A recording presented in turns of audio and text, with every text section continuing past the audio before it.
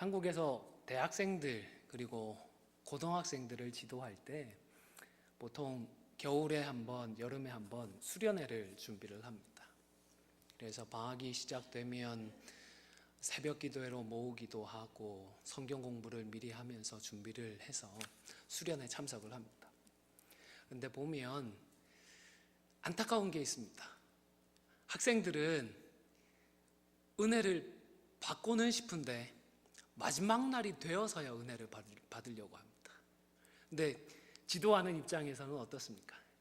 왜 굳이 마지막 날 가서 은혜를 받으려고 하는지, 첫날부터 은혜 받으면 얼마나 좋습니까? 우리도 부흥회를 앞두고 있습니다. 부흥회 시작하기 전부터 하나님께서 우리의 심령 가운데 단비를 부으시고 새롭게 하시고 은혜를 더하시는 은혜가 우리 가운데 풍성하게 있기를 간절히 소원합니다. 오늘 본문 정말로 유명하고 우리가 잘 아는 사건입니다. 우리 앞에 놓인 골리앗과도 같은 그런 문제들을 향하여서 우리도 다윗처럼 만군의 여호와의 이름으로 대적하고 믿음으로 승리하는 은혜, 그런 역사들이 일어나기를 간절히 소원해 봅니다. 사실 다윗도 얼마나 무서웠겠습니까? 얼마나 공포스러웠겠습니까? 골리앗은 잘 아시듯이 무시무시한 거인이었습니다. 6규빗 한 뼘이라고 하니까 성경학자들은 적어도 3m 될 것이다, 적어도 최소한 2m 70cm 이상은 되는 거인이었을 것이다 추정을 합니다. 그런데 보통 덩치만 크고 좀 속빈 강정이라고 해야 되나요? 허수아비라고 해야 되나요? 키는 큰데 힘없는 그런 사람도 있지 않습니까? 그런데 이 골리앗은 그렇지 않았던 것 같습니다. 그가 갖추었던 장비들을 염두에 두건대 힘도 대단했던 인물인 것 같습니다. 무엇보다 그는 잘 무장된 군인이었습니다. 갑옷도 갖추고 있었고 투구도 쓰고 있었습니다. 그것도 모질라서 방패랑 칼과 창과 단창까지 갖추고 있었던 그런 군인이었습니다. 이런 골리앗과의 싸움, 누가 보더라도 승산이 없는 싸움이었습니다. 질 것이 뻔한 그런 싸움이었습니다. 그런데 다윗이 믿음으로 달려갔더니 어떻게 되었습니까? 49절 같이 한번 더 읽겠습니다. 49절 말씀입니다. 시작. 손을 주머니에 넣어 돌을 가지고 물매로 던져 블레셋 사람의 이마를 치매 돌이 그의 이마에 박히니 땅에 엎드러지니라. 믿음으로 달려나가는 다윗의 눈에 딱 들어오는 하나가 있었습니다. 뭐가 들어왔죠? 돌멩이를 어디로 날렸는지를 보시면 아십니다.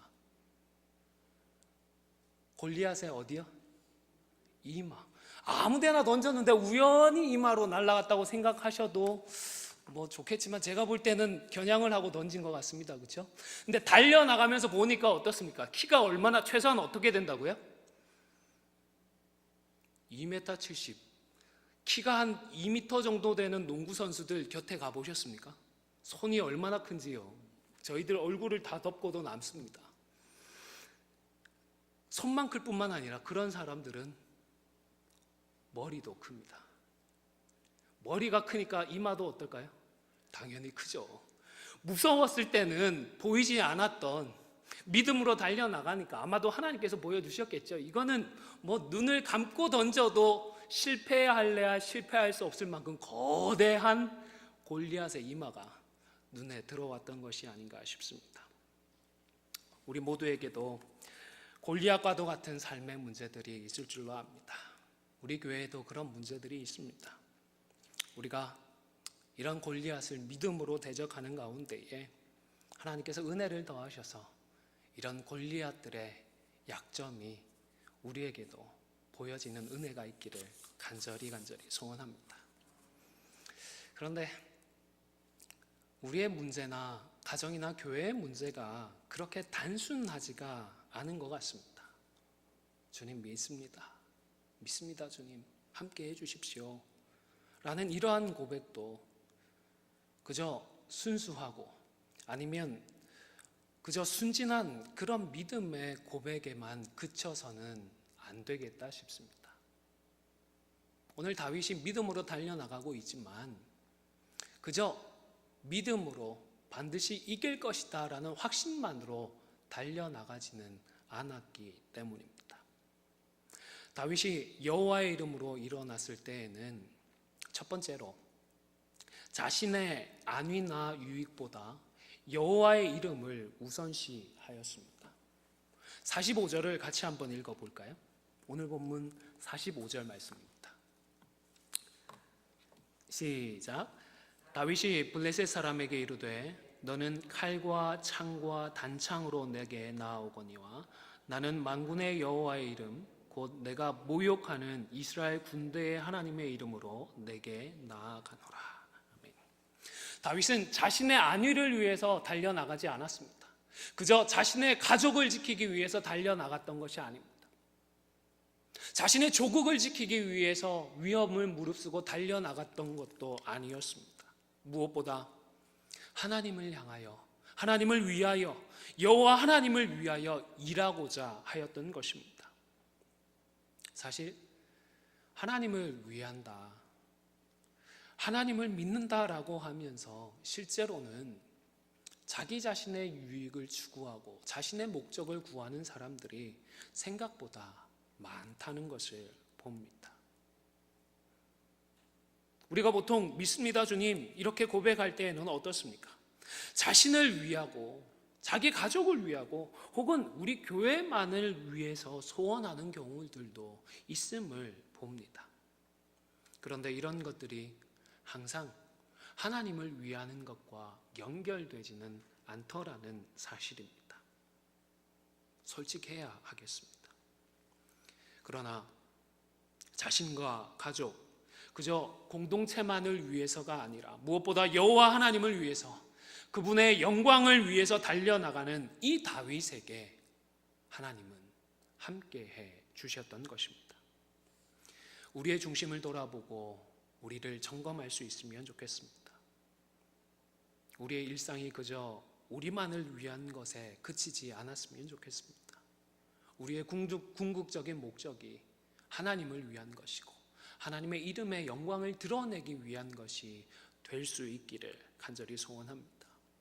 그저 돈을 벌고 그저 자식들을 키우고 그저 내가 필요한 어떤 것들을 채우기 위하여서 수고하는 것이 아니라 하나님의 이름의 영광을 위하여서 진실하게 수고하고 애쓰는 우리 모두가 되실 수 있기를 바랍니다. 두 번째로 다윗이 여호와의 이름으로 일어선 것은 하나님께서 조롱받으시는 것에 대해 가슴 아파함 때문이었습니다. 하나님께서 하나님의 이름이 조롱받는 것에 대한 분노함 때문이었습니다.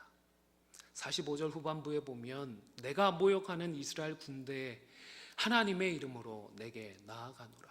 다윗은 이렇게 고백하고 있습니다. 사랑하는 성도 여러분, 여러분의 마음속에는 하나님께서 모욕당하시는 것에 대해 과연 가슴 아파함이 있으십니까? 하나님의 이름이 멸시를 받는 것에 대해 분노하는 마음이 있으십니까? 누군가가 나를 비판하고 나를 모욕하는 것은 못 참아 하면서도 하나님의 이름이, 하나님의 영광이 가리워지는 것에 대해서는 무덤덤하지 않으십니까? 물론 형들의 눈에 비친 것처럼 이런 태도가 교만이나 완악함으로 비춰질 수도 있겠습니다. 오늘날 동성애를 대하는, 물론 교회에서 무리하게 대응하는 부분도 없지 않지만 전반적으로 교회는 그저 교만하고 완악한 폐쇄적인 집단으로 비추어질 수 있는 것처럼 그런 오해도 받을 수 있다 싶습니다. 어쨌든 다윗은 다른 군인들을 탓하지 않았습니다.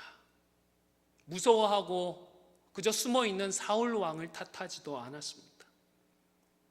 하나님의 이름이 조롱받는 것이 자기 때문이다, 나 때문이다, 스스로의 문제라고 생각을 하였고 결국에는 자신을 향하여 분노하였습니다. 그래서 만군의 여호와의 이름으로 자신이 일어났고 자신이 달려나갔던 것입니다. 남을 등 떠밀지 않았습니다. 자신이 나섰던 것입니다.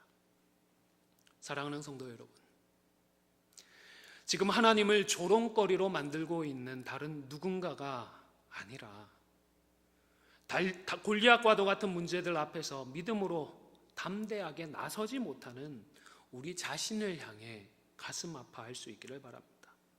일상에서 말씀에 제대로 순복하고 순종하지 못해서 하나님을 조롱거리로 만들고 있는 나 자신을 향해 분노하고 가슴 아파할 수 있기를 바랍니다.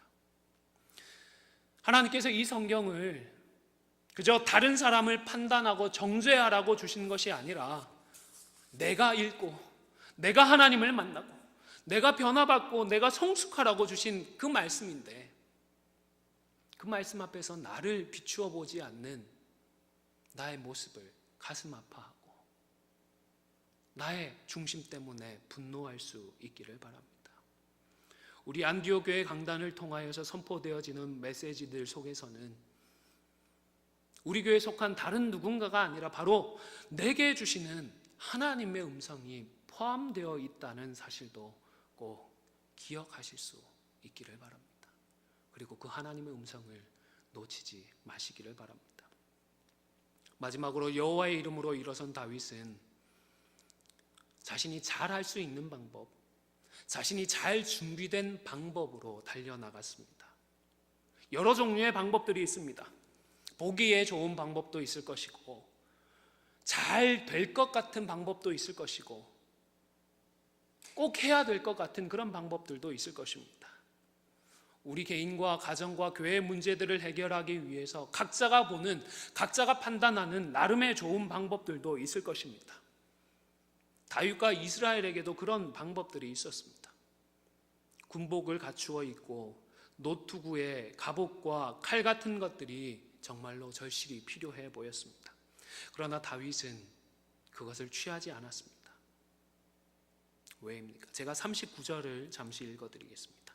다윗이 칼을 군복 위에 차고는 익숙하지 못함으로 시험적으로 걸어보다가 다윗에게 말하되 익숙하지 못하니 이것을 입고 가지 못하겠나이다 하고 곧 벗고. 다시 말하면 다윗은 자신이 익숙한 방법을 취하였던 것입니다. 도저히 이길 수 없는, 도저히 승리가 불가능해 보이는 그 골리앗을 대적하며 나아갈 때에 좋은 방법이 아니라, 그럴듯해 보이는 칼과 창이 아니라 지금까지 자기가 갈고 닦았던 보잘것없어 보이지만 자신에게 익숙한 그러한 방법을 가지고 나아가고 있었던 것입니다. 우리가 하나님을 위할 때에, 우리가 교회를 위할 때에 어떤 방법으로 헌신해야 하겠습니까? 잘 될 것 같은 방법으로 해야 할까요? 좋은 방법으로 해야 될까요? 하면 안 된다는 말씀은 아닙니다. 그러나 무엇보다 내가 잘 할 수 있는 그런 방법들, 지금까지 하나님께서 나를 잘 훈련시켜 놓으신 바로 그런 방법들로 함께 헌신하실 수 있기를 바랍니다. 나의 방법과 다른 지체의 방법은 다를 수 있습니다. 따라서 나의 방법을 다른 사람에게 강요할 이유는 없습니다. 그저 나는 내가 잘 할 수 있는 방법으로 하나님께 헌신하면 되는 것입니다. 이제 말씀을 정리하고자 합니다. 다윗이 여호와의 이름으로 일어났을 때에는 자기 자신을 위해서가 아니라 하나님을 위한 마음으로 일어났습니다. 그리고 나 때문에 하나님께서 조롱받으시는 것에 대해 분노하고 아파하는 마음으로 일어났더랬습니다. 그리고 자신이 잘할 수 있는 방법으로 하나님의 이름으로 달려나아갔습니다. 이런 사실들을 함께 기억하셔서 우리 가정과 우리의 교회를 통하여서 참으로 하나님께서 영광 받으시는 일들이 일어나기를 간절히 소원합니다.